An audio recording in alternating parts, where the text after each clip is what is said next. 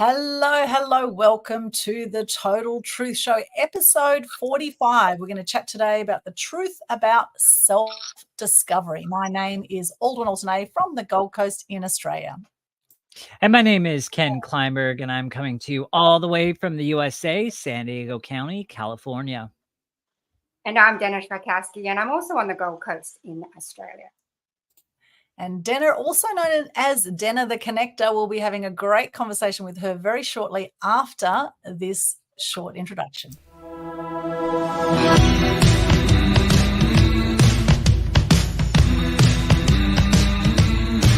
Welcome, everyone. Welcome to the Total Truth Show, hosted by myself, Ken Kleinberg from San Diego County, California. And I'm Aldwyn Altuney, known as the Media Queen from the Gold Coast in Australia.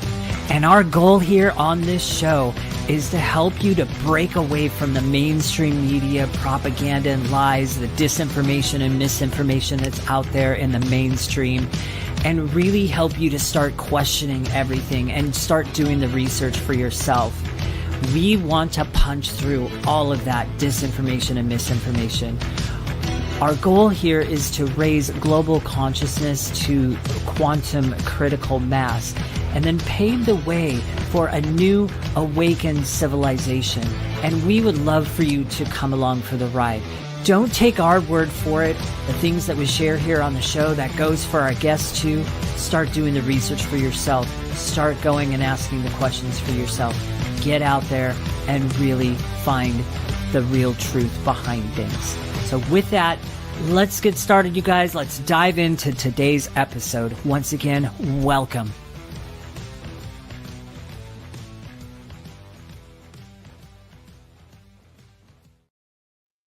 Yes, welcome. Very excited about today's show. Denna and I have been on many excursions together. We've had some great times out and about on the Gold Coast, and so excited about this topic today, all about self-discovery. And boy, is that a journey for a lot of us. So a little bit about Denna. She is the connector for good reason. She's known for strategic partnerships and collaboration made easy, helping business owners get more marketing bang for their buck. This 44-year-old Gold Coast mother of three, more specifically, she's also known as the travel connector. She's traveled to 24 countries and 44 cities in the past 17 years. She's the founder and creative director of the Travel Show Australia. She's a former travel consultant, business development manager, and business mentor. And you can sum her up as one woman, two mantras, three pumpkins. Her two life mantras are to make a difference, collaborate, grow, and to travel, inspire, grow. And as an adoptee, she has a passion project which is called My Adoptive Heart. And she's also one of our amazing Mass Media Mastery members as well. Welcome, Denna. Hey, thanks, Aldwyn, and thanks, Ken. Thanks for letting me be on the show.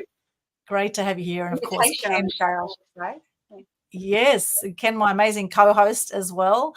Great to have you here all the way from San Diego, where it's nighttime, of course. It's Monday night over there at the moment, and it's about lunchtime here on the Gold Coast. So, Denna, what an amazing journey you've had. Now, maybe if we start out as, you're this adoption project that you've had, this has been a big part of what you do and about, why you're so passionate about self-discovery and about helping people connect and also discovering, their true purpose, etc. So can you share a bit about your adoption background and how that has shaped your life or impacted your life?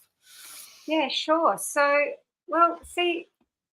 I'm adopted, and I've always known I'm adopted, and I came to Australian shores when I was 3 months old. I came from an orphanage in Indonesia, Yogyakarta. And that was I was born in 1979. And essentially, my parents did what Angelina and Brad at the time did, Bradgelina, as they used to be called, did before it was an accessory. My parents kind of were involved in that. And adoption to Australia, I didn't even realize it, but there's a community and that I've just recently, tapped into. And had I tapped into that earlier on in life, and I think where I have been dealing with issues now, self-discovery is so important, or understanding yourself. And I'm a constant learner. We talk about what our strengths are. And I know, Aldwyn, you've done Speakers Institute stuff as well, and there's a thing called the Gallup Strengths. And like being a learner, I'm a life learner. That much I do know. And but what I have learned is, have I really ever looked at myself? You know, I'm always looking at learning from other people. I'm always inspired by other people. But things have happened in the past, let's say 15 years, like since I was married, things have happened since the past 15 years that make you go, holy crap, why aren't I happy?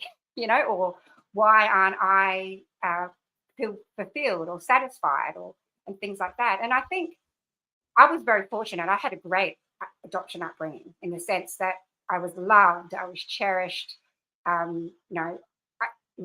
know in the adoption world, sometimes people talk about bio and adoptive parents, but to me, they're just mum and dad, And what I have discovered, though, is when I had children, that's when all these issues come to the surface. So I have realized that a lot of the adoption issues that are out there for adoptees lay dormant inside me. And it's about self-acceptance, and it's about understanding yourself. And I guess, we're at the beginning of all this, but where I am now is I want people, adoptees, to understand themselves, sense of self, heal whatever it is that needs to be healed. If I healed any of that stuff earlier, then maybe the things that happened in my life could have been prevented. Yeah, I love that. Often we do. That's just to do with relationships, or that's just to do with how you respond to stuff, or feeling rejected, or how you communicate. That's what self-discovery means to me. And, I'll be the first to say that it's not something that you always think about. And I had a great upbringing. Though on reflection, I know that whenever I was introduced to people, I would straight away say something like, hey, I'm Denna, I'm adopted, because I just wanted them to know and get it out of the way, because I don't want the questions to come. Because the questions that would come were like, oh, do you know your parents? Or do you want to meet your parents? Like, those are things that come up. Or obviously too, when you go to the doctors, they'll say to you, oh, what's your medical history? And then when you have kids, they're always asking you, what's your medical history? And you start to feel like you're not enough. And you start to feel like you don't know. And you wish you knew. And when there's questions that maybe will come up with your children and you can't answer, you start to feel like, you're not providing, or you start to feel like you're not good with the world, and you start to feel like you're a failure. And the list goes on. And that's kind of been the process that I've been on. And, I haven't spoken up about it. I didn't have the courage to speak up about things. I couldn't communicate well in various relationships. I can now see that. So it's funny, because a lot of my friends in the business world always talk about, oh, Denna, you're a fantastic connector. You know people. I've traveled the world. I'm always up for adventure. I jump into things. I just say yes because I lead from my heart, not necessarily logically. I just do things. I'm an emotional person, and there's that whole, you start to second guess yourself. And so, yeah, I've after some, I guess, experiences, let's just say life experiences, and I'm 44. I want to heal myself so future generations are fine for me, because I now understand the healing power and all that. But I also know that some of the stuff that's been dormant inside me is not necessarily my personal problems. I've carried that from other generations. Yeah, I get that. And have you actually, reached out to find your original, parents, or your birth parents? Have you what, around that? I have been on a bit of a journey. I think to have people gravitate to me that are in the adoption space, and I never even realized they're in the adoption space. Like, perhaps we're in the business world, there's a connection and I don't know why. And then, you say something or something comes up and it's like, oh, no wonder I felt a connection with you. And more recently, there's a community that I've come to know, because my passion project has gone back since 2017. That's when I first had this. I first was exploring stuff, and I called it My Adoptive Heart. And the father of my children actually thought of the name. I remember standing in the kitchen one day, and I asked a question. I said something out loud, and I actually wanted his feedback, and he actually gave it that time, and it hit me. It was like, yeah, that's really good. My Adoptive Heart. And that's what I wanted to do. I wanted to heal my heart, more, I guess, as more importantly. And there's many adoptees out there that now I learn want to feel the same way. Their heart, they feel like there's something missing. They feel like there's they're a jigsaw. And I use that word for a reason, because I know in Brisbane there's a group called Jigsaw, and they're a support group for adoptees in Australia. And here's the funniest thing, Aldwyn, they're in New Farm. Okay, that group is based in New Farm, so you could find them on by Googling. But I lived in New Farm from 2006 until we moved to the Gold Coast, essentially. Wow. And the whole time that I lived in New Farm, that group was there, but I never knew. Do you know what I mean? Wow. And I'm down on the Gold Coast, and I follow things, and I know they have a few meetups here and there. And it is centered around Australian adoption. And in Australian adoption, there's a number of different agencies and groups that have a conversation around, the kids and fostering. And I know the rules too are different in Australia than they are to the States. And we obviously have the stolen generation side of things. But me being part of intercountry adoption, there's a fantastic group which I recently discovered called Intercountry Adoption Voices. And that is a group that, it's just been so eye-opening, and it's very specific to what my needs are.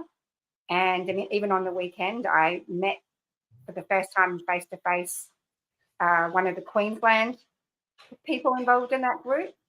And it's when you feel connected to something. I know that I'm a community builder, and I think a lot of that's because I've always wanted to feel connected.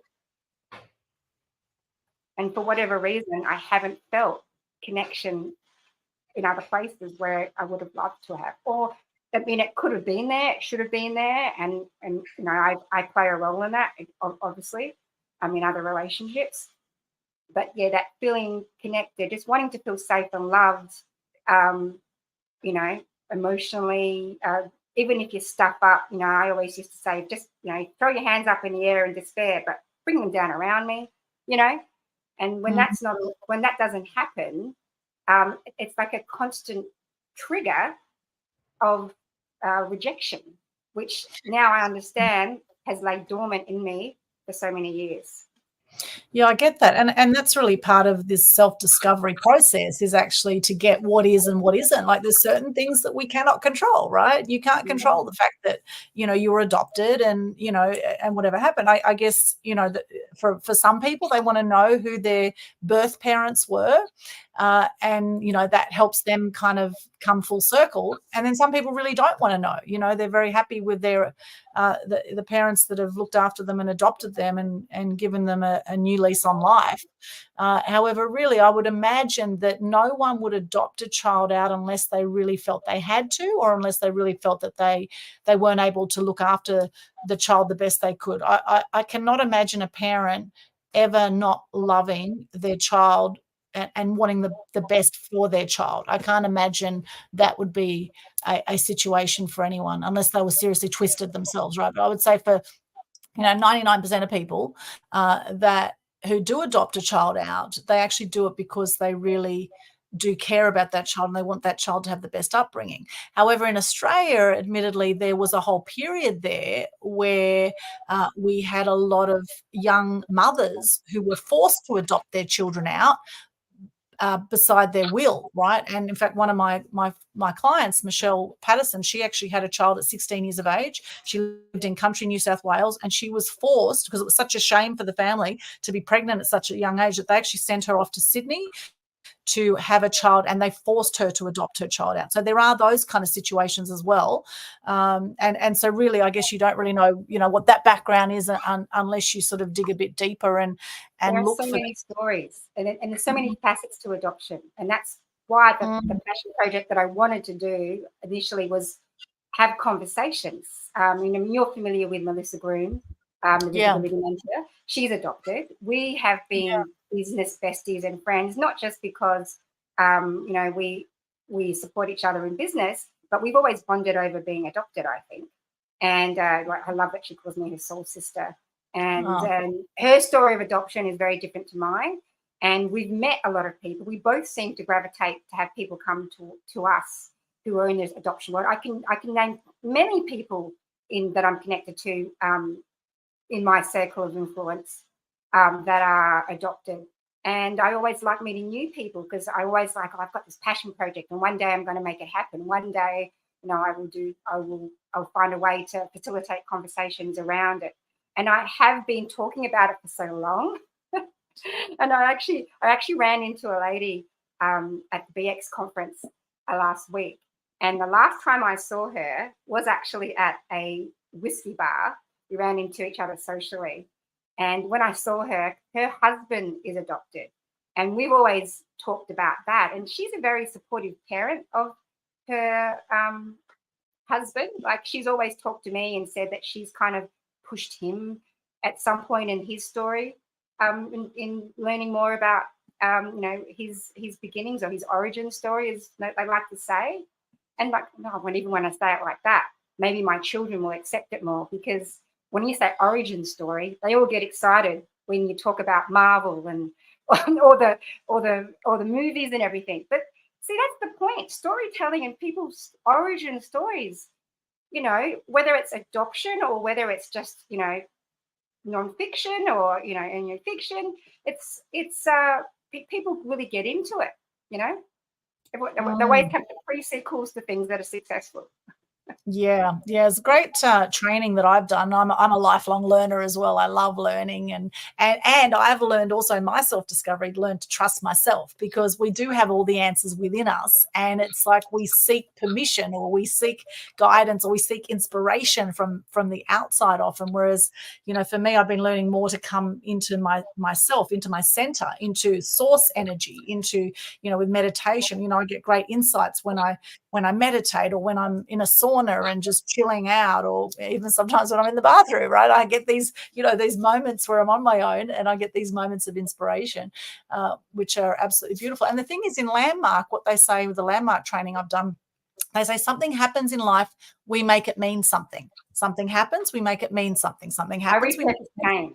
Yeah. I now know to understand, and part of my self-discovery, I repurpose pain. I find that I need to find meaning out of it. So when I had my second child, I at the time, I call it postpartum depression. It wasn't a great time. And I ended up having 3 children, which was fantastic, because for me, number 3 was like that do-over baby. And when I had the 3rd baby, then I knew, I really was not a great person. When I had number 2, there was definitely not a bond there. I don't understand why. Everyone throws at you different things. I saw doctors, and sadly, I will say I probably never really healed properly with my the father of my children at the time, and that's also created another not disconnect over all these years. Now I will say that we didn't give up. We hadn't given up. We're at this point now, but other things had I understood adoption as being an issue, because until I had children, and I don't blame that. This is not about blaming the children on marriage, but until I had children and was married, did I have a desire to know more about my parents? Because I grew up in McLaren Vale, or the wine region. I grew up in South Australia.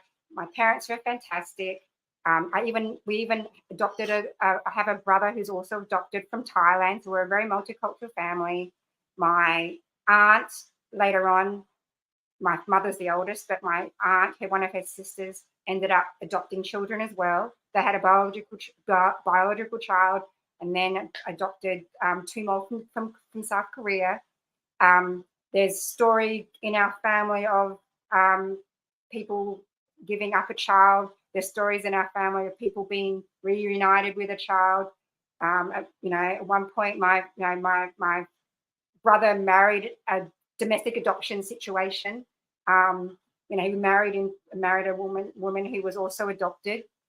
She already had a son, and so for me, like, there was talk of one day he would adopt that child. He was like the only father figure for most of his foundational years. And so adoption plays a big part in my world, and that's why I kind of think, for me, all facets of adoption are so fascinating. And like, even now that I'm 44 and I could talk about adoption when I was a child, my views on adoption as a child are very different to my views on adoption now, just because I've lived different things, I've met different people, you start to form your own ideas, even if they're different to someone else's, as you go through life based on your own experiences.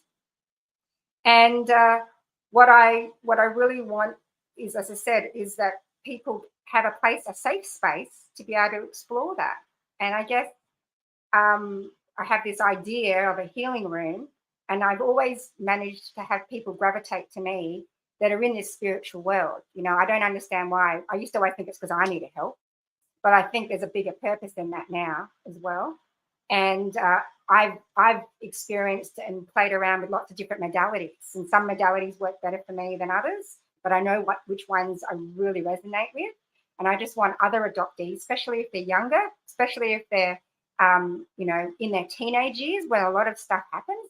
Do you notice? I mean, I can't quote you all the figures right now, but there is a lady that is just who runs essentially, or the founder of Intercountry Adoption Adoptee Voices, and she's got like 25 years of being an advocate for intercountry adoption and a safe space. And she's doing amazing things. She's got grants happening. She's got certain people in government in different regions of Australia. There's a grant program that adoptees can tap into, intercountry adoptees, to help with, projects in feeling, I guess, reunited. Not to mention all these different types of not-for-profits and things that have come up. There's countless ones that I've come across. I mean, Hugh Jackman's ex-wife, Debbie Lee Furness, she founded that Adopt to Change Foundation. It's just, and like, actually, a bit of my cousin is the ambassador of that charity. She's adopted, as I said, from South Korea. And, so there's so many ways that intercountry adoption or adoption has intertwined in my life that I'm now embracing that. And I'm actually not ashamed to be adopted. I think because I grew up here and I am Asian, but even my children make comments like, "Oh, you're not Asian," and there's that, there's jokes like, are you a banana or are you an egg? Are you white or yellow on the inside? And all that type of stuff, maybe growing up I was more racist just because of the way things that were around me, and I just didn't want to identify. So yes, when I'm seeing things on TV now, Asian women winning awards, Asian women being on TV that look like me. I love musical theatre, and really the only musical theatre that I could have ever really, if I could sing, the only musical theatre that I can't, but the only musical theatre that I could have really got involved into was, at that time, The King and I. Now there's Miss Saigon and other ones, but at that time growing up when I was younger, there was The King and I. So I could have been one of the Siamese children. I could have, been the paraded across. But even there's a message in that. Musical, isn't there, about the way Asians and Western colonization interact. So yeah, it's certainly been of interest to me. And another example too, on something more mainstream, America's Got Talent, Ken. I mean, America's Got Talent. There was recently this amazing singer who won the hearts of America and around the world, and she's Indonesian. She's from Yogyakarta. And just listening to her perform, I felt so connected, A, because I'm Indonesian, A, I'm from Yogyakarta, that's where my orphanage was from. B, the song that she was singing was about loneliness. So, if you listen to that song, it's just like Simon gave her the bloody gold buzzer. But the song was about loneliness. And I feel like that song would be my theme song. If I ever did anything major and special with my project, I would make that song about my theme song. And then Simon even asked her to sing a second song. And the second song she sang was that Elton John song. That's like, sorry seems to be the hardest word. Okay.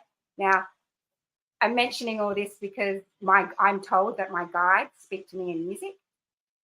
So I pay very big attention to things that when music moves me.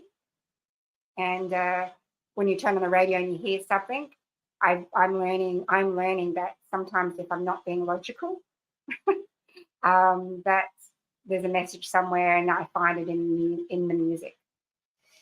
Yeah, beautiful. Wow, what a journey. And and of course the stolen generation you mentioned, a lot of Indigenous Aboriginal children in Australia got taken away from their families by force.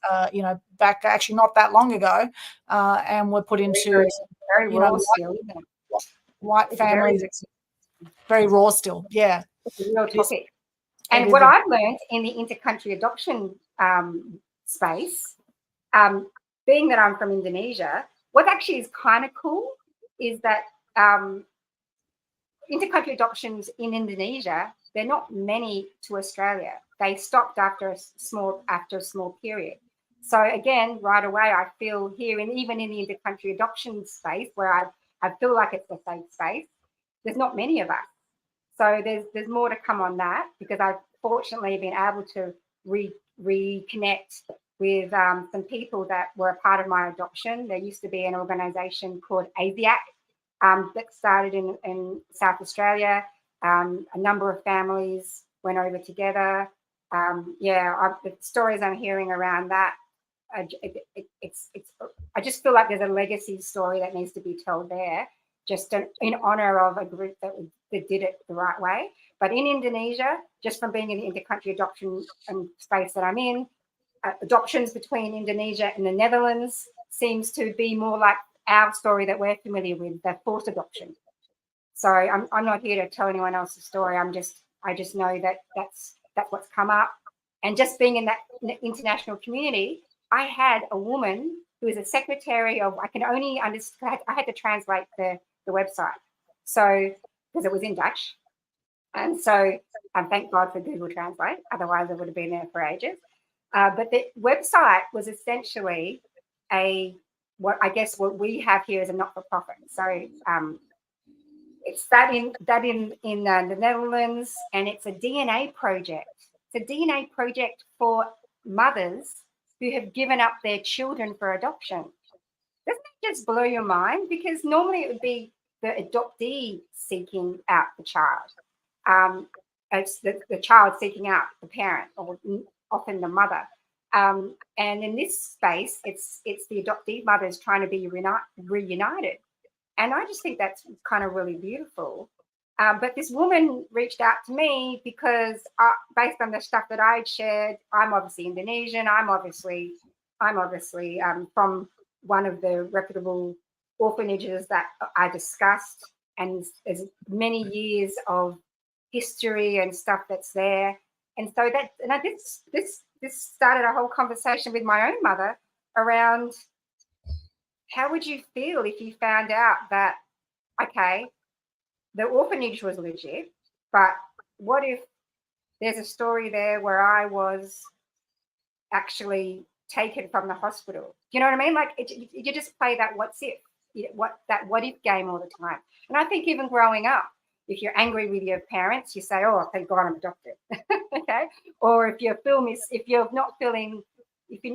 at a family gathering and everyone's looking at their hands or discussing something and some trait, and you just know you don't fit in. So, it's just all these little things that just keep coming up, and you ruminate around it, and and I wasn't aware of it.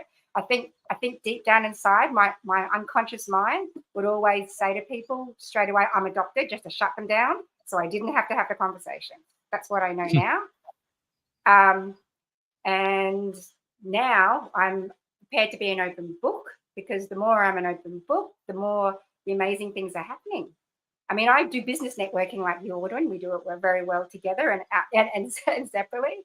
But sometimes when people ask you, oh, how can I help you today? Or, you know, who is it you want to be connected to? I don't even talk about business anymore. I say, if you know anyone that's adopted, I kind of have this passion project that I'm working on, and I need the reason to, you know, keep it flowing. You know, I need, because for me, healing is not helping myself. It's not necessarily selfish in helping myself.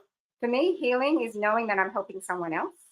So sometimes if I self-sabotage, if I now know if I've self-sabotaged, it's because I won't do something for myself to help myself, but I can give that advice to someone else. Or I learned, like, don't use me as an example. It's sort of like, trust me, it doesn't go well. I've done this. And that's kind of how parenting is at the moment, is that, you know, Denna's done all the wrong things, and things are the certain way, the way are. But I'm like, well, that's the gift, I guess, that I have, is my children have helped me understand myself.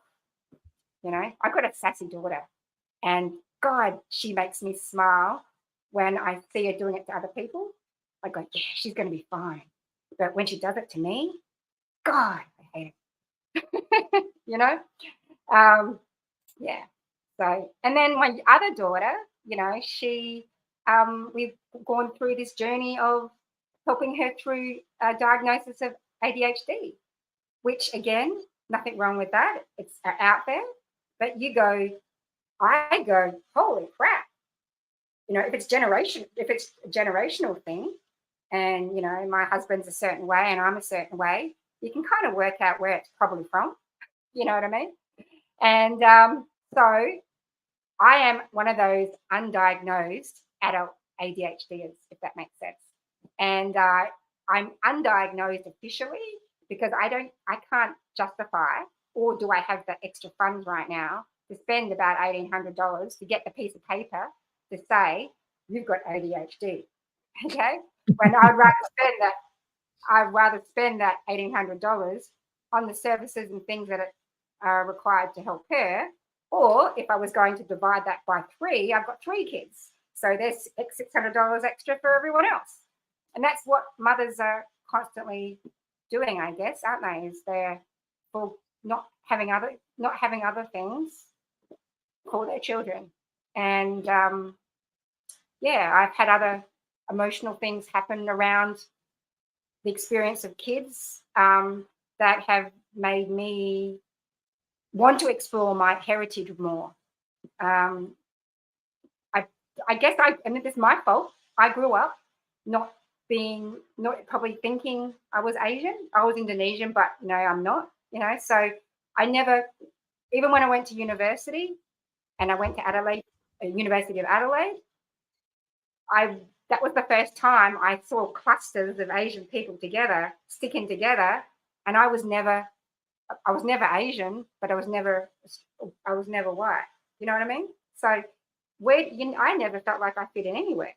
I even remember at high school, we had a country town, great bunch of people, great school, but, you know, we had this, oh God, I'm being too open here. We had one of those, you know, clicky things. There was like a wall, and all the surfies sat on the wall.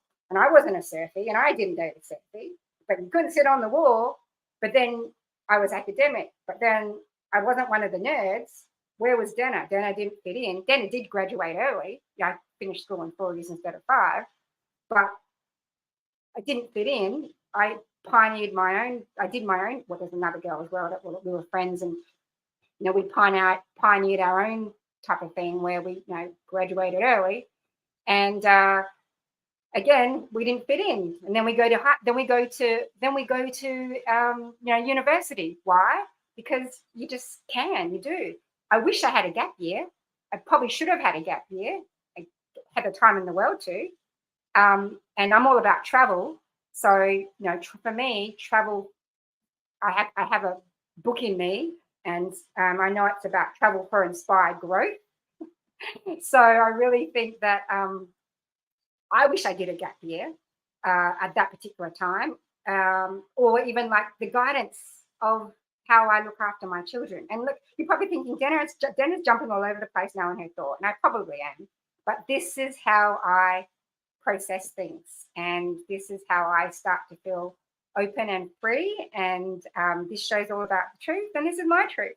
And my truth may not be someone else's truth, but it's my truth. And I could upset people in the things that I say, but I am certainly learning now that if where I was trying to be a people pleaser, and when I was trying to please people and it didn't work, I might as well just do what I'm doing now. And that's the self journey that I've been on. And, you know, I could go on for ages on the things that have hurt me, because, you know, we all get into victim mode when we want to. But at that BX conference, Aldwyn, recently that we were both at, sorry, Ken, because you weren't there, but God, there was a BX conference recently in the Gold Coast, and there was a great speaker, Terry Hawkins, and it just hit the spot. She talks about being in the pit, and I can think about how many years I've been in the pit and what pulled me out of the pit, or, you know, yeah, I actually won tickets to that conference. You know, I wasn't going to go, but on Friday, for whatever reason, I was meant to be there. I was meant to be there because I needed to hear Terry's talk. I know that much, you know.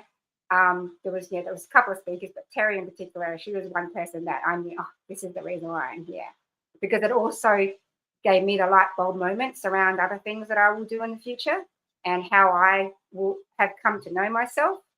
And in the other various things. I mean, I talk about my travel show platform being a place for transformational travel. So I know down the track somewhere I'm going to be a transformational speaker, but that's part of my journey. And watch this space. Well, I don't know. You already are a transformational speaker, actually, Denna. And, you know, I totally get what you're saying. In fact, I was diagnosed ADHD recently, and a lot of entrepreneurs are. And it's just a label. I mean, you know, it's a label. And I mean, I've had that person or that people in my head saying, you're not an entrepreneur. You can't be an entrepreneur. You're not, like, what have you done for the past 10 years of your life or whatever, you know? And okay, that's fine. I'm growing as an entrepreneur, or as a person in business. I also know that at one point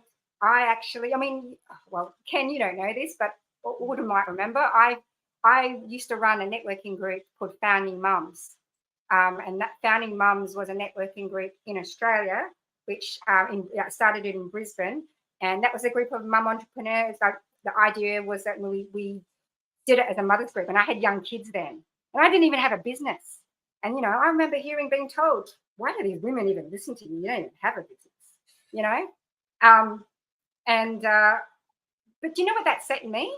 That set me in this whole, you have to get a business, Danny. You have to get a business. No matter what, don't do due diligence. Just you have to get a business, because these women, yes, they're not respecting you. They're laughing at you. You might as well have a big sign on your head that says loser, and here you are. And, you know, like, yeah, start to play on all these different things in your mind. Now, I am learning that that's an ADHD trait. All the different things that you keep here. I didn't know that I didn't know how ADHD, probably there's a lot of extra signs earlier on in my life, but never knew it. But yeah, when I was running Founding Mums, and I had 2 young kids, and I always wanted to be a stay-at-home mum, with that process of feeling so low and depressed at that time, when everyone said postpartum depression, or, you know, doctors did or whatever, and I was getting help. What pulled me out of it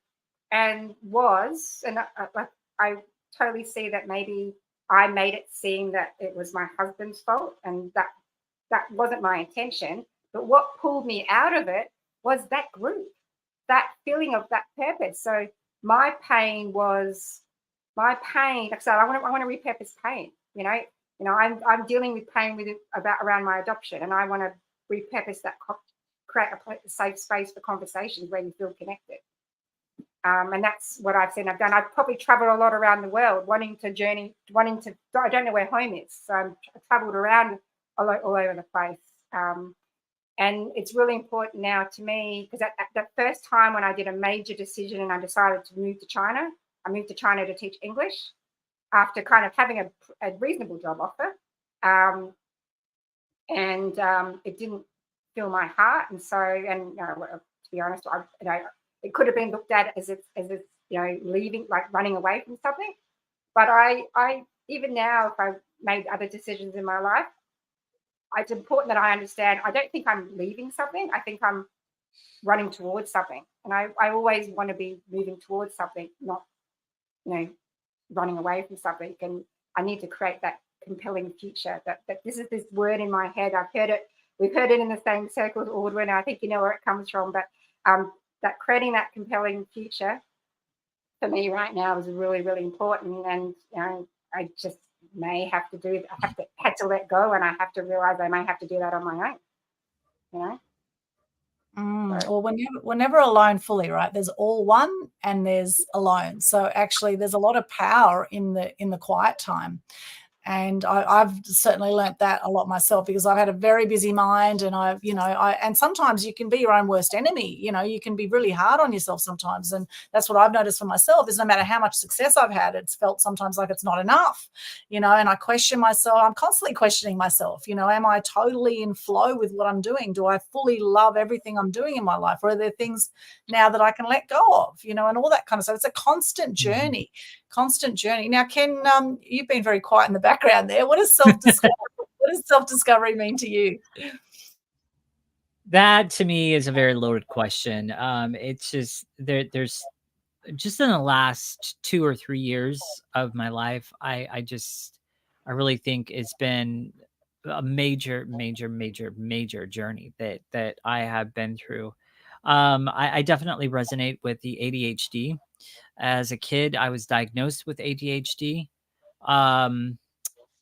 And unfortunately, it was at a time where the school systems didn't know how to deal with ADHD kids. And so I was often shuffled from one place to another in the school system, and eventually ended up in a class of disabled, mentally retarded kids. And I just always remember feeling at a place to where it's just like I never really belonged anywhere. Junior high school, never really had a bunch of close friends or anything. It wasn't actually until I became a Christian that I started actually finding some, the real friends that were out there. And so I mean that was great, but I definitely remember that. Yeah, I was very, very, very hyperactive as a kid. Like I had ADHD, very I was the full blown real thing, because I think that there's a lot of people out there today that attach, oh, I'm ADD or I'm ADHD, and they just do attach that as an excuse, but they aren't really like actually ADHD. So I mean, I'm sure you know what I mean by that. But I also resonate with what you were sharing, Denna, around the self-sabotage voice that you constantly battle with all the time. Mhm. Now, I have learned over the last couple of years different skills of handling that, and kind of combating that, and how to kind of work through that, especially recently with some deeper work I've been doing with a friend of ours, Aldwyn and I. We actually interviewed her on this show. Her name's Anna. And she does a lot of really deep subconscious work and different things like that. Really deep stuff, great stuff. Going through that also has really, really helped with that self chatter that goes on. I mean, used to have I'm being very careful with the words I use here because I do not want to recode back into my mind that I do certain things or I am certain ways. So I'm trying to describe everything as like I used to instead of saying I am.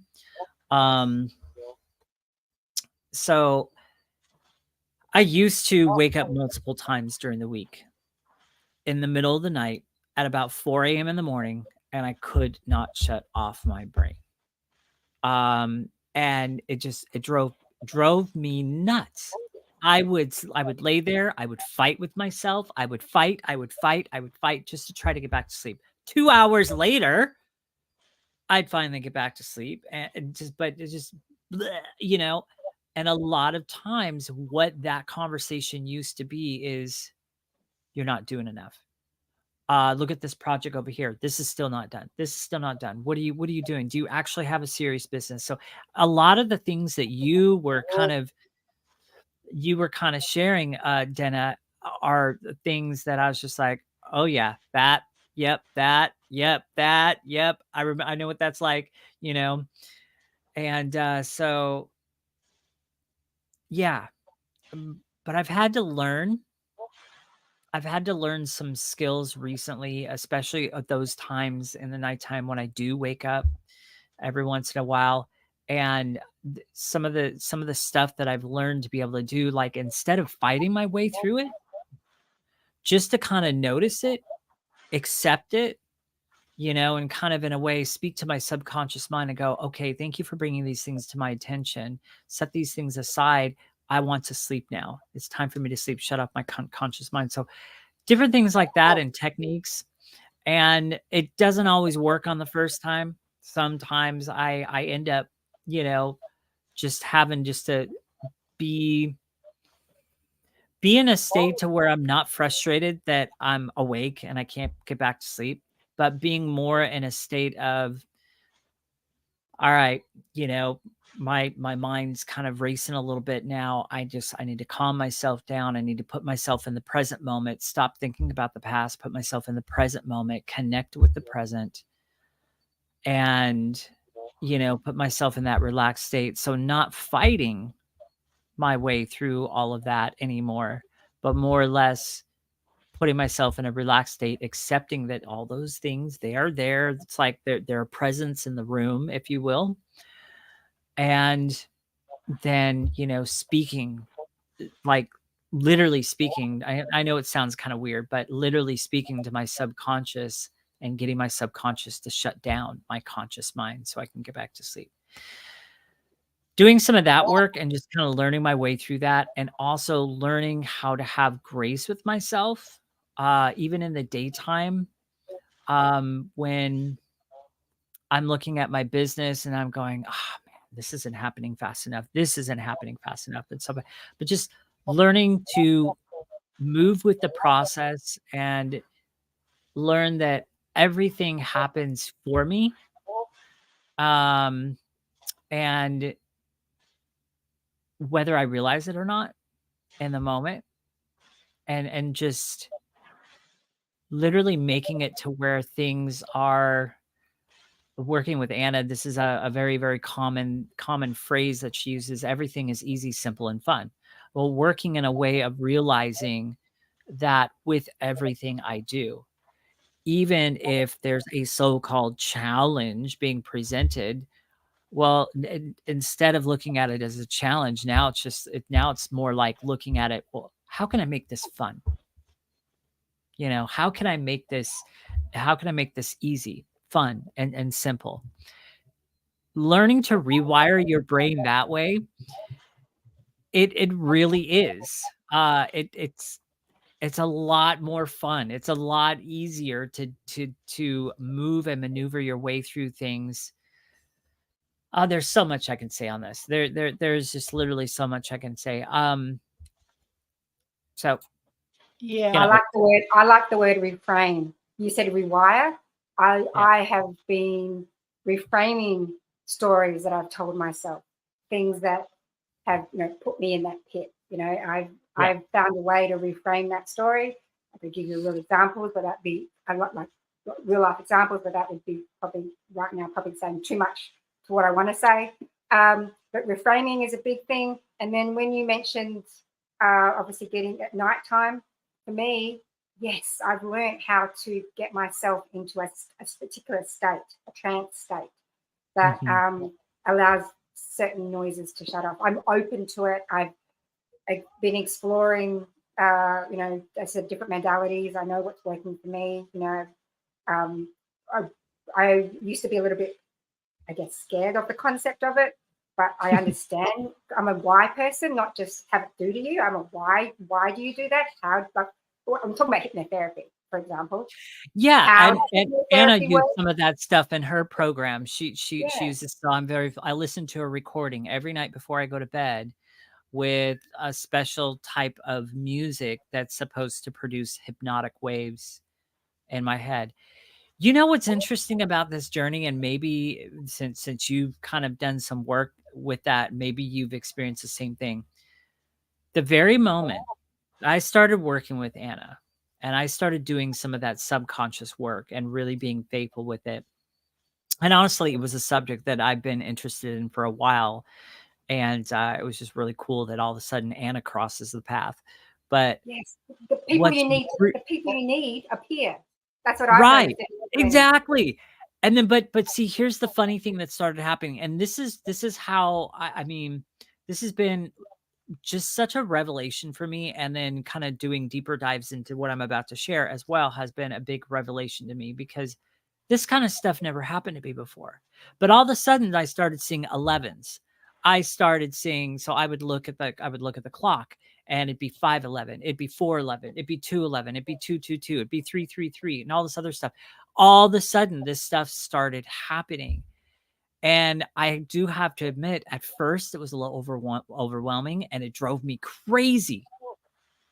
Because I just started seeing it everywhere. And I'm like, okay, in the beginning, when I first started talking to Anna, I thought some of the stuff that she was talking about was a little woo-woo and just kind of a little out there, until I started working, working with the deeper stuff that she does.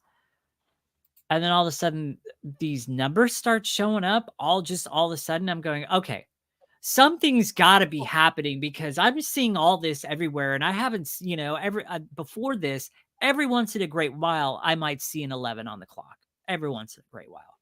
But now it's comforting. It's comforting everywhere. Huh? It's comforting, I think, because now you accept it and you just go, oh, someone's looking over me, or right. Oh, that's a sign. Look for those. Some people call them signposts. Some people call them signs from the universe. Some people, whatever. But it is comforting when you are wanting to feel connected to something. You can connect to yourself that way. That's how I view it anyway. Yeah. And you mentioned your Christian journey before. I mean, being adopted, I grew up with no religion forced on me, and I think that's part of the conversation that happens in the adoption space, that perhaps a particular religion is forced upon them, or different beliefs or different things. What I know about myself now is that had I grown up in Indonesia, I probably would have been Islamic. That's just, blows me away. But I myself grew up with no religion. I fell in love with a man who had a Catholic background. At some point when I was thinking about him forever in my future, before he said anything, I felt like, oh God.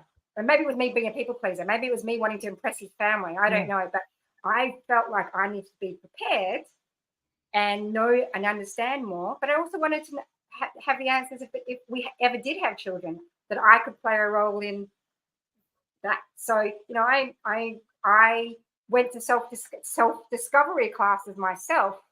We lived in Perth. I didn't tell him I was doing it.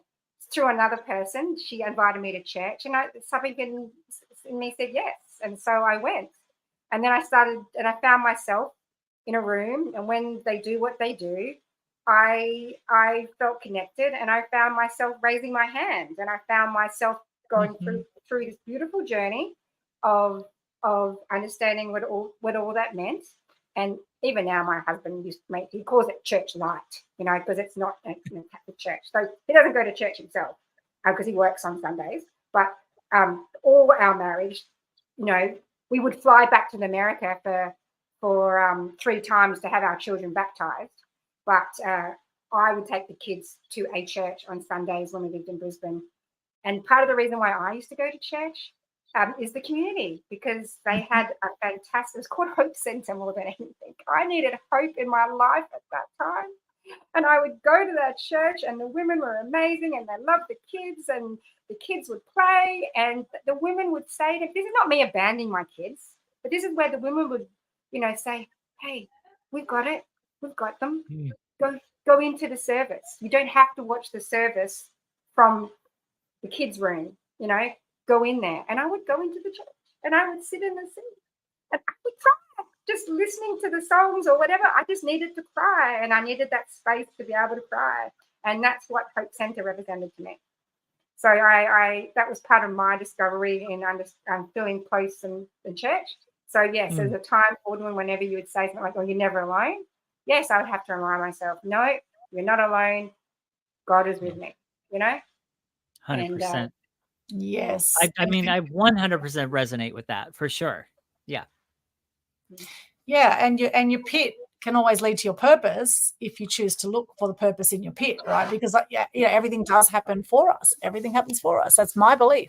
Everything happens for us. And seeing these numbers, like Ken and I have both worked with the amazing Anna Berger, and I've actually shared her link in here for anyone who's wondering. She's got a 5-day challenge starting December 4, which we both hopped on, Ken and I, and she's phenomenal. She helps with subconscious recoding so that, if there's things you've been stuck with for a long time and you want to shift it, then she's awesome with her work. And she has coaches all over the world now. She's growing phenomenally, just became a TEDx speaker and just amazing lady from Melbourne, Anna Berger. So recommend check her out. And, it's amazing how powerful it is when you do start doing this subconscious recoding work.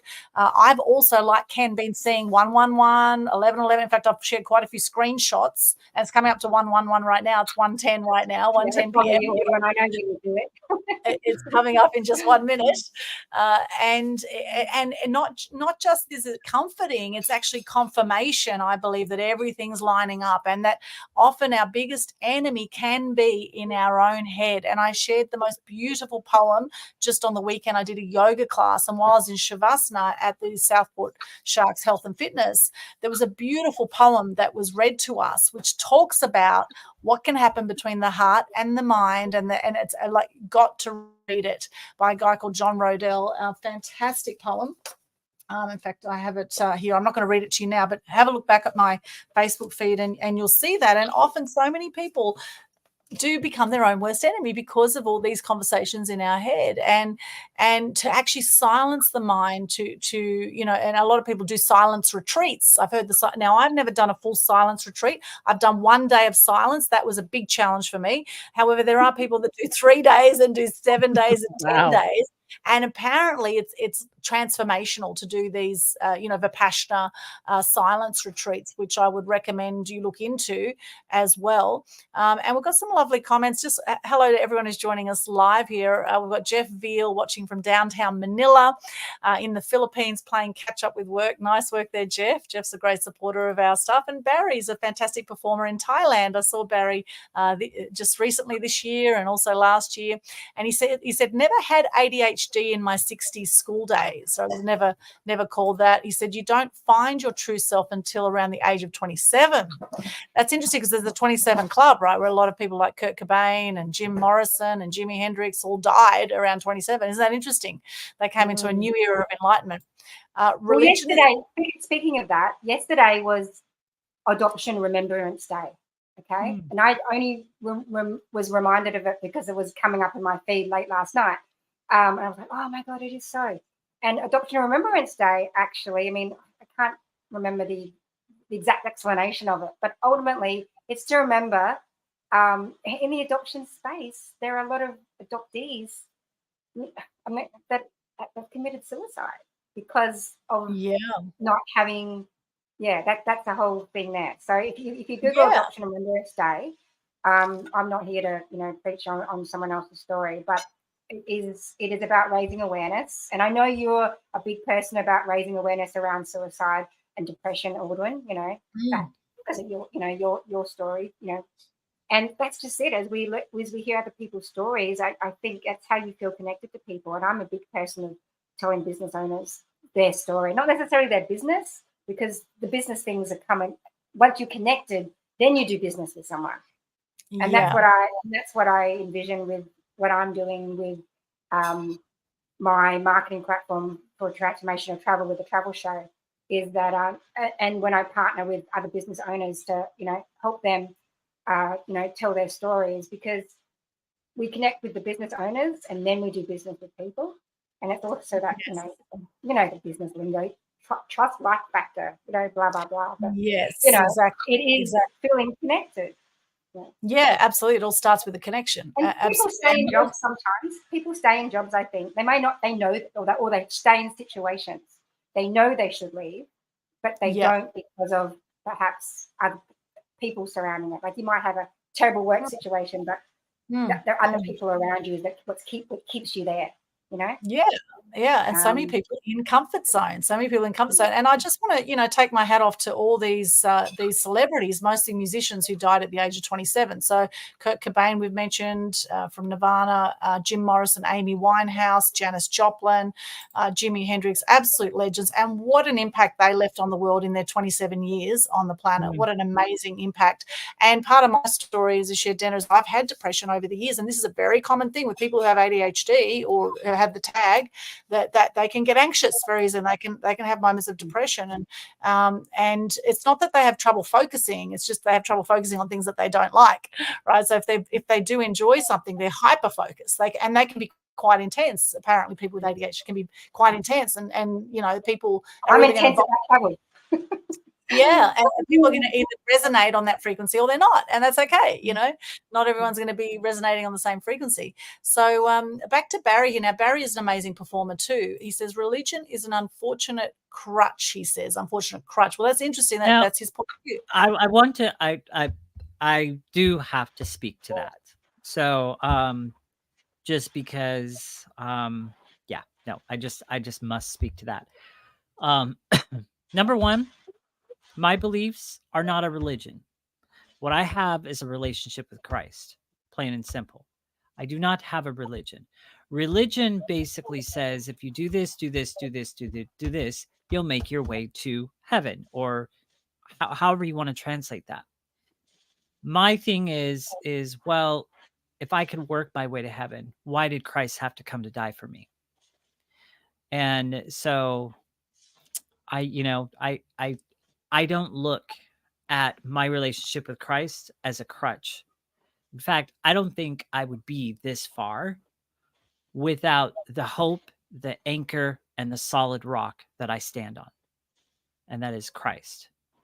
So that's Thank you for that, Ken. And we could do a whole episode on religion and then politics, right? So this could be we can open a can of worms here. And I was brought up Christian, right? Greek Orthodox, in fact, and I never felt I belonged from a young age. Brought up first generation Australian. I have Greek, Turkish, Ukrainian background. I felt invisible for many years. In fact, I didn't want to be here for many years. I've had depression. I've had 4 friends take their own lives by the age of 45, and it is an epidemic. This loneliness, this discovery, the self-discovery process where people often not feeling good enough, not feeling like they belong on the planet. They feel that it would be easier to just kill themselves than actually go through life. And this is why people in one crazy moment will just take their own lives, right? And we've seen 4 times the suicide rates now through COVID. So in some ways, I would say spirituality and connection with the divine God source, whatever you want to call it, I think that is a belief. It is and for those who believe all sorts of different religions, I mean, yes, they are beliefs, and for some people, yes, it probably is a crutch there, Barry, for some people, that they feel that's their thing, and they and there can be, unfortunately, a lot of division between people who have different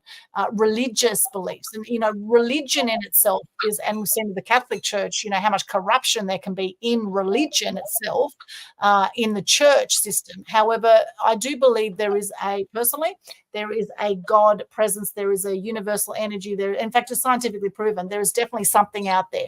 Our bodies go lighter the minute we die. Our body goes lighter. Our spirit goes somewhere. There's many, many stories of people who've died and come back, and there's many similarities in the sharing of those stories of what happens the minute we die. And, it's fascinating in this process of self-discovery. We're talking about the truth about self-discovery. And I'd love to hear from you joining us. And thank you for your comments. Thank you, Barry, for that. Yeah. I would love for you to share with us, what does self-discovery mean to you? And what has your journey been like? Please share with us in the comments. Now, Barry says also here, most people complicate their lives to make themselves look more interesting. How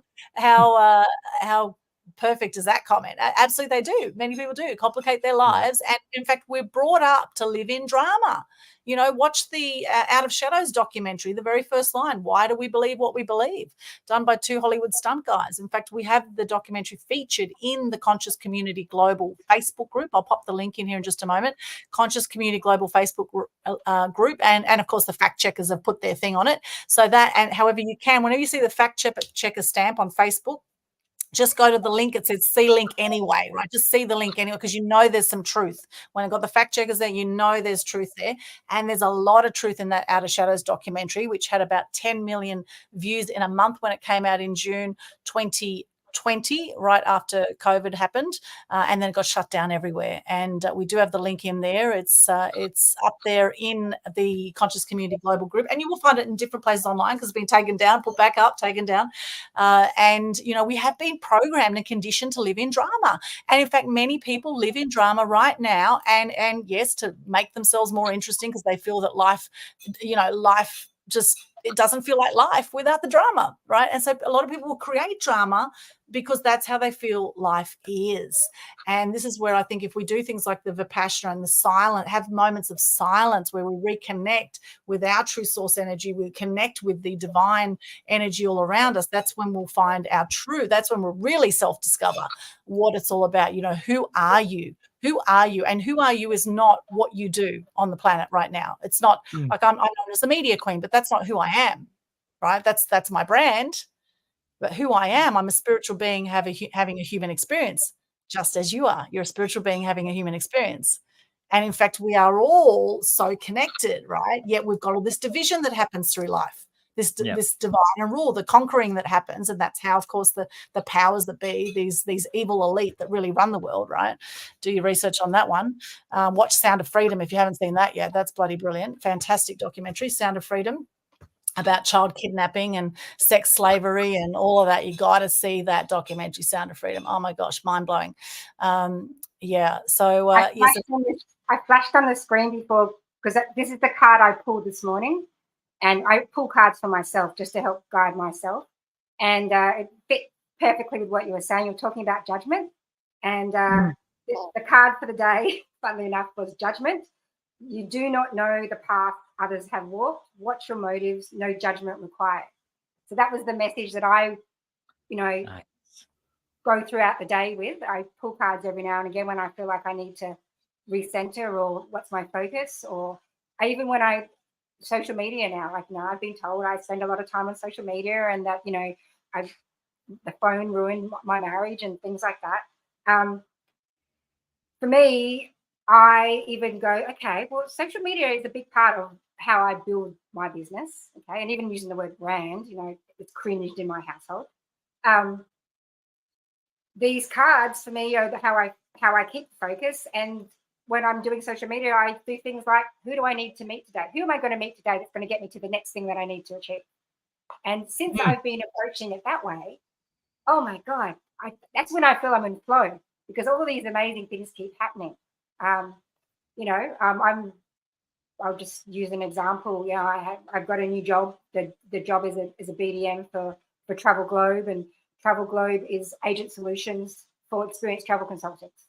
And I wanted to get back in the BDM world because I wanted to get back in the travel industry, because to me, after COVID, I've always been passionate about wanting to help the travel industry recover again, and how could I leave my mark in that space, but I wasn't being a travel consultant.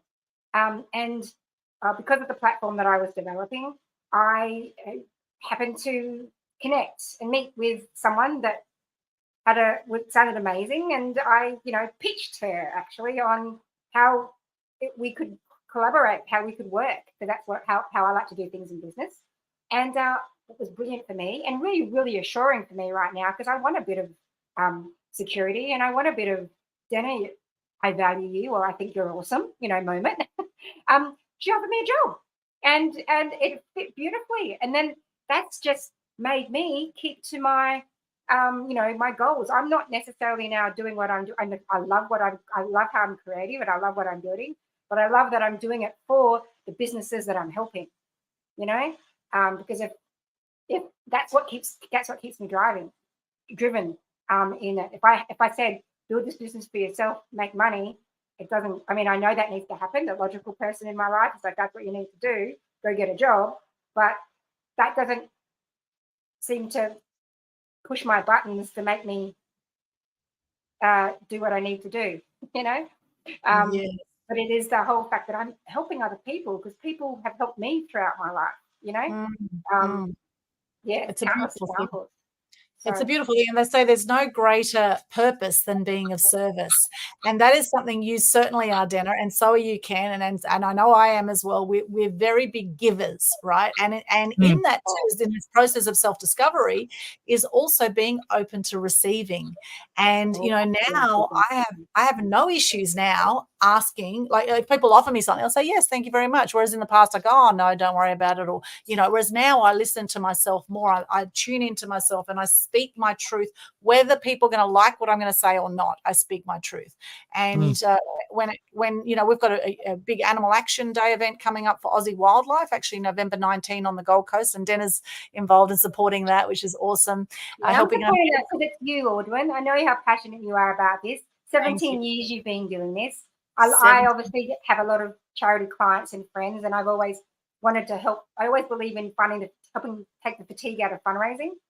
I don't need to have a charity of my own. People have said, why don't you start a charity? And I'm like, I can think of nothing worse, because the red tape that's actually involved in doing it properly. So I throw my support around all those wonderful people that have done it and are making a difference. Thank you so much. And, 17 years I've been on this mission to raise awareness, appreciation, respect for animals. And every year we've raised funds for a different charity. We've had phenomenal supporters, like Lynn Santa's been there for 16 of the 17 years. Tracy Corman's been there for just about all of them. Jennifer Worrell's she's been at quite a few. And this year we've got one of the founding members of the Seekers, the legendary Aussie band, the Seekers, is coming to perform. Keith Potcher is flying in. We've got Tyson Coleman. We've got Xanthi Lee. Lynn did a post recently, and it had this African group. And how are they involved? The Mazansi Choir. Well, Lynn does a lot of work to help end trophy hunting of endangered animals, and this Mazansi Choir involved. They support her with the mission, with her Land of the Free movie mission, which helps to end trophy hunting.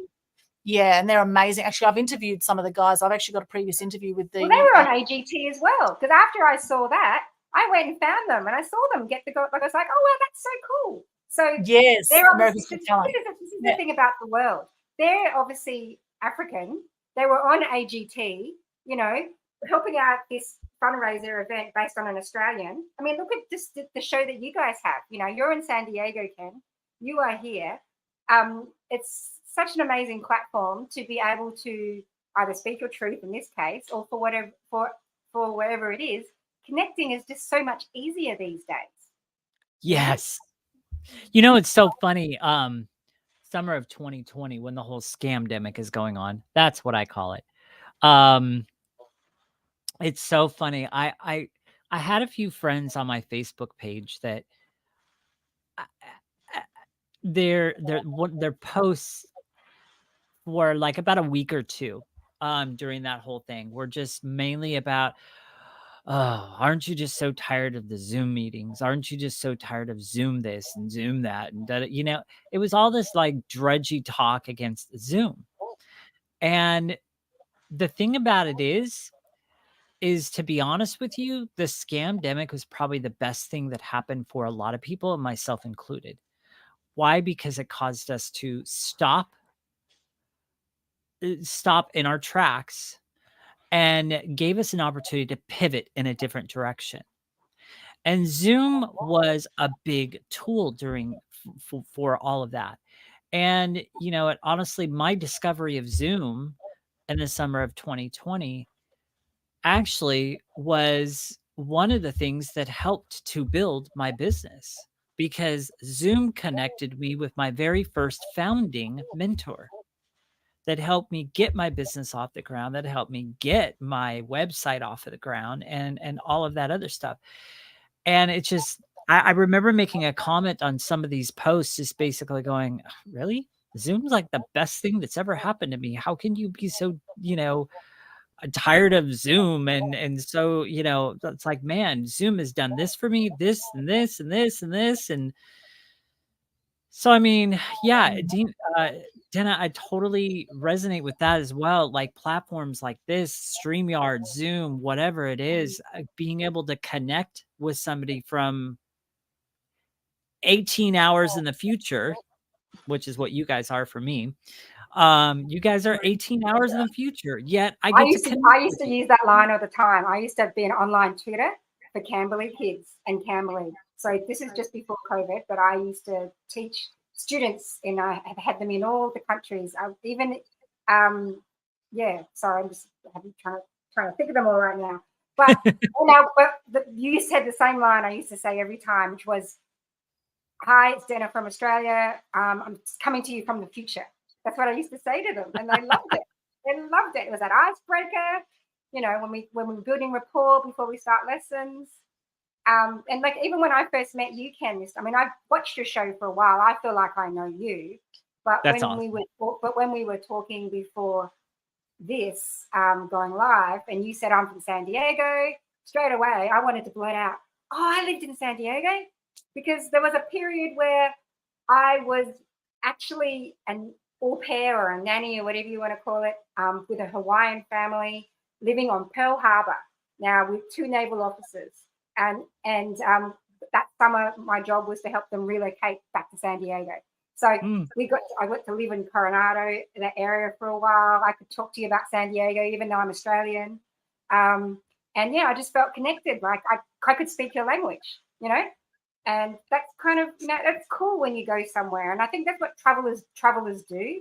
They go to other places, well, Australians anyway. They go to other places, and they're there to accept what is there in that country, Right. Yeah. And that common ground. In fact, I lived in New Farm too, Denna, as you were showing about New Farm earlier. I was there in 95, so 10 years before you. I was in New Farm. So as you shared that, I was like, oh, I lived in New Farm too, so it's interesting, the connections. And I've been to San Diego. My cousin lived there and went to the Shout House with the dueling pianos and the piano bars. Oh my gosh, you can't. Oh my gosh, there are so many stories I have about that place. That is the most epic place ever. Yes. Well, I always feel connected to the States because I married an American, and our family is all in Chicago, and so that's why I have that Polish name that no one can explain, or pronounce over here. But when you're over in Chicago, everyone can say it really easily. And there's lots of other names too. I know Greek Orthodox names, Aldwyn. Whenever you talk about being Greek Orthodox, I think of my brother-in-law's wife, because that's my exposure to what goes on in that world there, just based on what she shares on Facebook. And she's very passionate about obviously how she was brought up, and we're all a melting pot, aren't we? Really, we really are a melting pot. We're a melting pot with so many different nationalities and nations, and that's certainly my direct family. Yeah, absolutely. It's a beautiful thing. In fact, my middle name, some people may not know. So Aldwyn Altuney is quite a mouthful, right, to say that, which Media Queen's a lot easier. Like your name, Denna the Connector, is a lot easier than Denna Schwowski. Is that how you say it? Schwowski? Schwowski.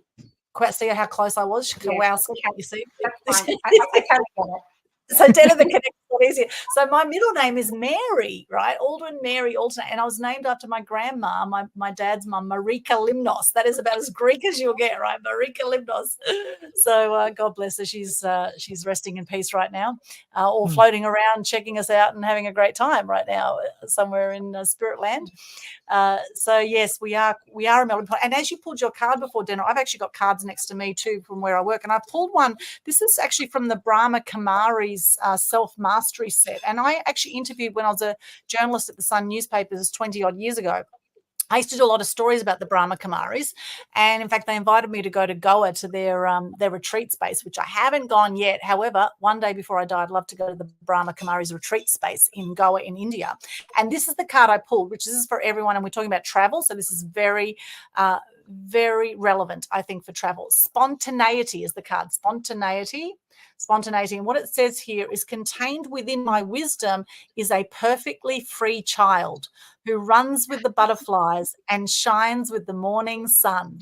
Now that's that for me. Did you pull that for me? That's self-discovery. Yes, that's for you. Contained within my wisdom is a perfectly free child who runs with the butterflies and shines with the morning sun. And self-discovery is in everything. It's within us. And I find the more I connect with butterflies, with the sun, with the sunrise, the sunset, the beauty that is all around. Butterfly is a symbol of transformation. Yeah. Yes. I just read that somewhere as well. It's like, oh, and then interesting enough, I think a couple days later after I read it, there's a butterfly that flew right in front of me and crossed my path. And I was just like, isn't that interesting? Yes, symbol of transformation. My platform is evolving into a marketing platform for transformational travel, and I will be promoting other people's retreats as well as my own retreats that I will put together. And I'm in the travel space, and I'm lucky enough to be the marketing solutions, but I work also for a company that are agent solutions. So experienced travel consultants are people who want to start their own business. I've got the tools and the connections to help support you too. So that's Yes. kind of how my self journey has got me to this point of tapping back into what I already knew, Aldwyn. We talk about don't complicate it. When I started to tap back into what I already knew, I found a way to move forward towards my compelling future. Beautiful. And Denna and I together, we make up the dynamic duo, and we're chatting about some things in the wings as well around doing some work together as well. So that will be very cool. Looking forward to that. We always have such a great time, Denna, I must say, and we are really a dynamic duo. I mean, we both worked amazingly with Jo Worthy this year for the International Women's Day Summit she put together. And, you know, if it wasn't for you and I coming in there, the event would not have been the same. So that was just one example of where we've put our, connection hats together. Yeah, I formed my core crew, or her core crew, and we're going back to support it in March this year around International Women's Week. And I should probably do the right thing and give a shout out to the cards that I pulled. So, look, my adoptive heart, but this is the beautiful card. I'm all about color. And before I pull the card, I always read this. It's on the box. It says, I surrender to the universe all that I am, all that I have and I hold. I am love. I'm here to serve and receive. I am whole. I am love. So may it be. And then I pull the card, and that helps me through the day. And it's helped me get out of the pit, as you say. And that set is the Inner Soul Guidance Oracle by Leanne Winston and Deb Gilmore. And the funny story about this is I was at the Mind, Body and Soul festival that they have, on the Gold Coast, and on the Gold Coast. That was in Brisbane, wasn't it? Yeah, up there. And in those spaces, I'm just learning to protect my own energy, because there's everyone in there is intuitive. It's full on, but it's exciting. And I was very lucky to speak to this woman. I don't know how or why, but based on the card that she pulled for me, it just blew me away.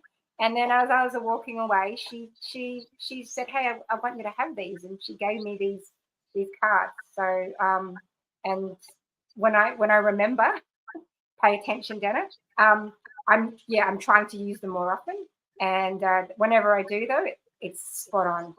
So they're beautiful, and that's what keeps me going at the moment. That's that one thing that that lights me up in the morning, that keeps me on my path, that has me connecting with amazing people, that's also keeping me excited. I've got so many amazing collaborations. I'm about the power of three. Yeah, I've got my 3 pumpkins, but I'm about the power of 3. I know that in a collaboration, if we can find the win-win-win, not just the win-win, it's very synergistic. That's something that I really focus on when I'm helping businesses and showing them how to form collaborations and strategic alliances.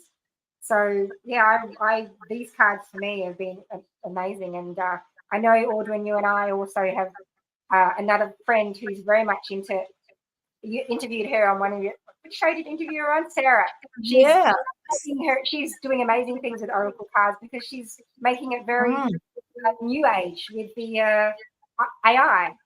Yeah, she's doing a great job. I just interviewed Sarah Jade, who does the Oracle Me cards, on Saturday, actually, about harnessing the super intelligence and creativity with AI, which is a really cool show. And we had a great laugh at the end. I don't even know what we're laughing about now, but it was an awesome show. You might want to go check it out, Media Queen TV, and you'll see it on my YouTube channel as well. And we could, as 3 people who are diagnosed ADHD, we could chat and chat and chat about all sorts of things. However, we know it's just a label, right? We know that ADHD is just a label. And we know that at the end of every breakdown, there's always a breakthrough. So if you're going through a rough patch right now, my friends, if you're going through a rough patch, if you're going through this process of self-discovery for yourself, then just hang in there. It's a roller coaster ride of life. You're going to have your downs, your ups, your round and round. Sometimes you're going to feel like you're going backwards. Sometimes we need to slow down to speed up, right? So just hang in there. Sometimes you have car crashes to remind you to slow down. That's a big ADHD trait too, apparently, I learned. Yes, well, I've had a few car accidents. How about you, Ken? Have you had some car accidents? Thank the Lord, not for a while. But you don't have ADHD then. Same, not for a while. I've had a lot of very close calls, but thanks to the angels that constantly guide me and constantly protect me as I'm driving. Yeah, I'm convinced that God, that I'm convinced that maybe in a different timeline I have, because there's been some close calls where I'll drive away from whatever that is or whatever happened, and I'll be like, okay, it's just an interesting thought. I wonder if right before this accident would have occurred, God placed me in a different timeline so that it didn't occur. That sliding door moment thing. Yeah. I've had that thought at least 3 or 4 times recently with some of the close calls I've had out there. Now, there's been a couple of them would have been my fault. But then there's been others where it's been somebody that wasn't paying attention. And I know God's got his hand on me. I know. I never doubted it, but I often wonder if that is possible, if he places me in a different timeline so that accident never happened. So I don't know, but it's been an interesting thought in my head. Wow. Yes. Fascinating. And here was me worrying, how am I going to speak for an hour and a half or whatever, wasn't I? And you gave me some really good advice, Ken. What was your advice that you said to me before we went on? Do you remember? I don't remember. Are you your advice was stop thinking about needing to be saved. Remember, you said stop thinking about needing to be saved. And I'm sharing this too because you guys, well, Aldwyn, it's her expertise, but she prepares you very well for any type of publicity or media interaction or ways of helping you. And so I appreciate the time spent chatting to me, but the message came from you, Ken, not from Aldwyn for a change. That's why I paid attention in a way that's like, ooh, I'm hearing it from someone else, not just Aldwyn. If you need to be saved, you said, you don't think about needing to be saved. And, then we changed that language. We reframed it, remember? And right. And I've been fine. You have rocked this show, Denna, and the fact that Ken's cat has just popped his tail in the shot there is a amazing sign, because the cat's normally sleeping in the background. So, so, so what's your cat telling you right now, Ken? Oh, there we go. He just went over there to get a drink out of the cup that's over here at the side. It's funny. He doesn't drink out of dishes. He drinks his water out of a cup. And it started when I first had him. Like I used to have a bowl of water on the floor. And then every time I would get my water at night and set it on the nightstand and he'd see me take a drink of it, he wanted a drink from Daddy's glass. So what eventually happened is he became eventually trained to drink water out of a cup. So we have these wide mouth cups sitting around. There's one on the floor out in the living room and stuff like that he can drink water from. It's just an interesting thing. But in that moment when he crossed, that's what he was doing. Before that, he went out in the living room and I heard him eating from his dish. He was eating something that I prepared for him earlier today. Oh, he sounds incredibly spoiled, little darling. And I must say my Pablo is incredibly spoiled too now, totally spoiled. And he's really warmed up. He was licking his balls the other day right in front of me. So I thought, well, okay, he's obviously very relaxed now at home. If he can do that in front of me and just chill out and spread his legs and, do that, then I figure he's feeling right at home. I just want to know how he does that with his flexibility. But anyway, I digress. I think it's time to wrap the show up soon. So, Denna, for those who want to connect with you, where can they go? Where can they go? Well, I think we put my Linktree link into the conversation there. But I've got the travel show, the travelshow.com.au, and connect with me through my LinkedIn, my Linktree link. Sorry, all my links will be updated there. Essentially, yeah. There's a few projects and there's a few things, and I understand it. But for me, it's about projects and my was told my last reading that she saw me with lots of fingers and lots of pies, and I thought, that's okay. I don't feel so bad. I don't feel so bad about things. So. Oh, it's been amazing chatting with you, Denna. And that link for those who are on the audio, it's a Linktree, linktr.ee/Denna Connects, DENNA. Connects is CONNECTS. And what is your favourite quote or motto before we go over to Ken? Favourite quote or motto? Can you do Ken first? Because I'm going to find it so I can read it. Okay. All right, we'll go over to Ken. So, Ken, how can people connect with you, my friend? People can connect with me through my Linktree as well. And so that, do you have that? Yes, I'm going to bring that up. Yeah. So there's 3 things on my Linktree to pay attention to. One is my Facebook group. I have a private Facebook group where I teach others how to not just lose the weight, but keep it off sustainably, like I have been able to do for 6 years now, without a diet. And literally, it's not magic. It literally is not magic. So that Facebook group has got a lot of really great videos in it and different things like that.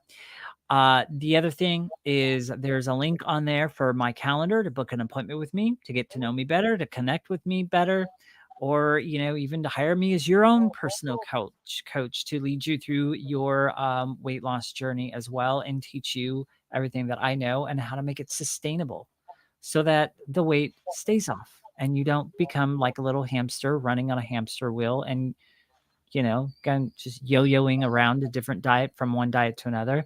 In my program and working with me, diets are the same thing as the F word. It's wrong way of thinking altogether, wrong system to use altogether. Don't do it. If you're going to do all the work to lose the weight, make the changes to make it sustainable so that the weight stays off. And then lastly is a link to my website on there, and you can go on there. You can find out all kinds of different things about me. There's also a link to my private podcast, my one-on-one my regular podcast that I have out there.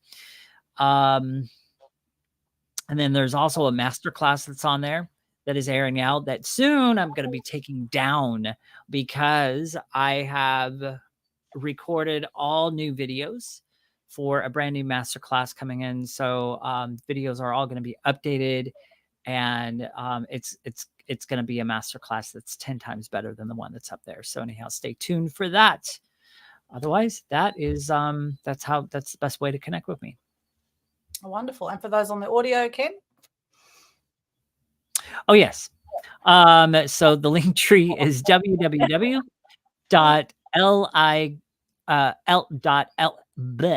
Let me try that again.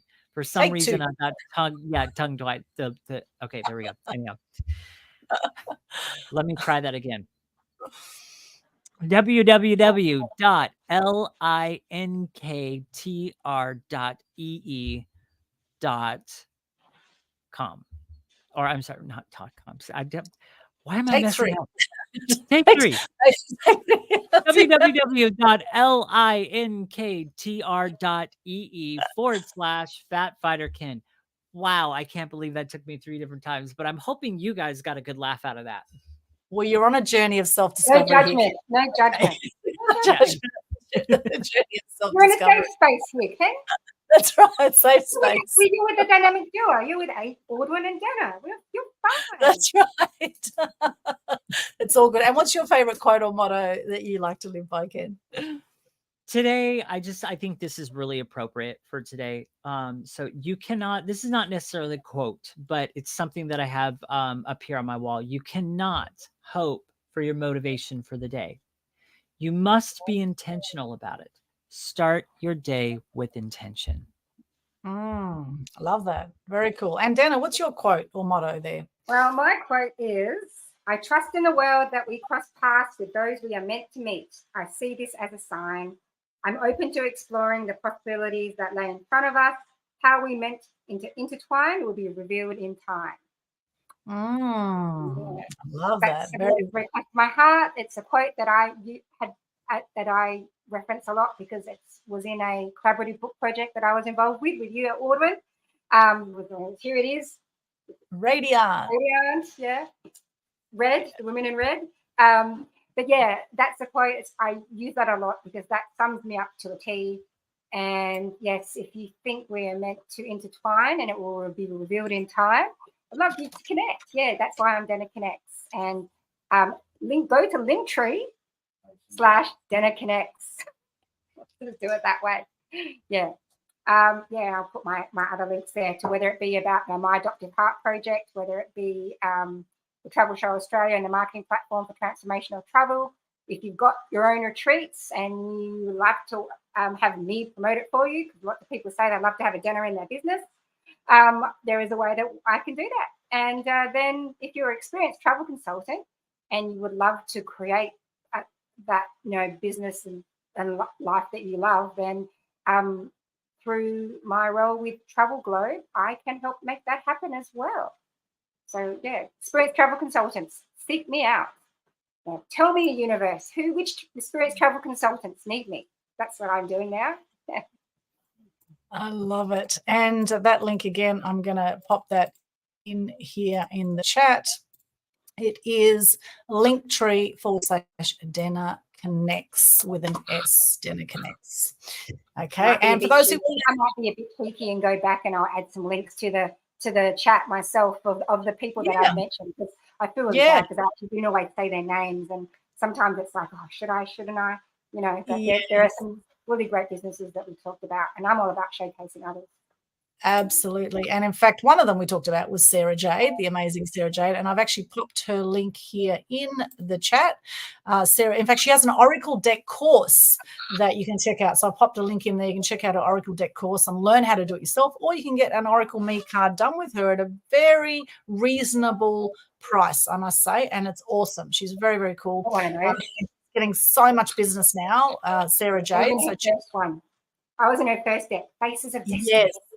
Yes, you had a great card, and she's done a great one. In fact, I had 2 cards I couldn't choose from, and so I put it out on socials. And there's some people like number 8, some people like number 9. That's what I said to you. This is the song. Cosmic Girl made me think of you when I saw that, and then you came back and you said, "Oh my God, that was my favorite song when I was blah blah blah blah."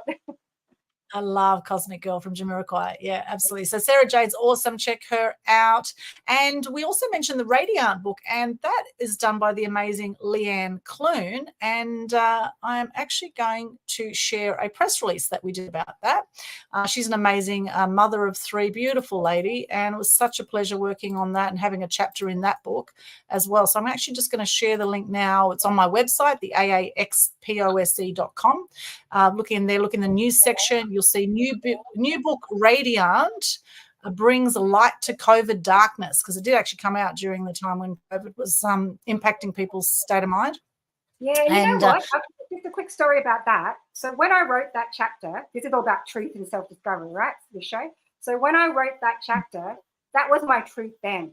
And then some things happened in my life, and it made me feel like, oh my God, I feel like a fake. I feel like a phony.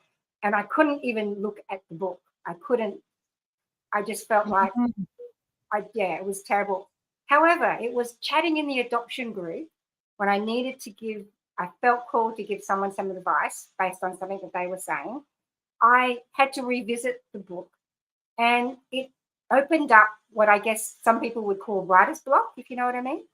Because I found myself typing this amazing reply that goes, ooh, that's got to be in the next one. Do you know what I mean?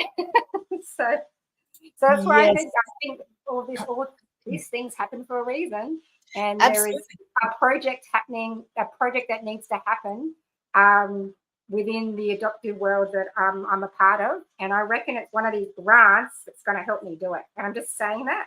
And Linnell, who's in that group, she's been a wealth of knowledge of what she's created for adoptees in Australia and around the world.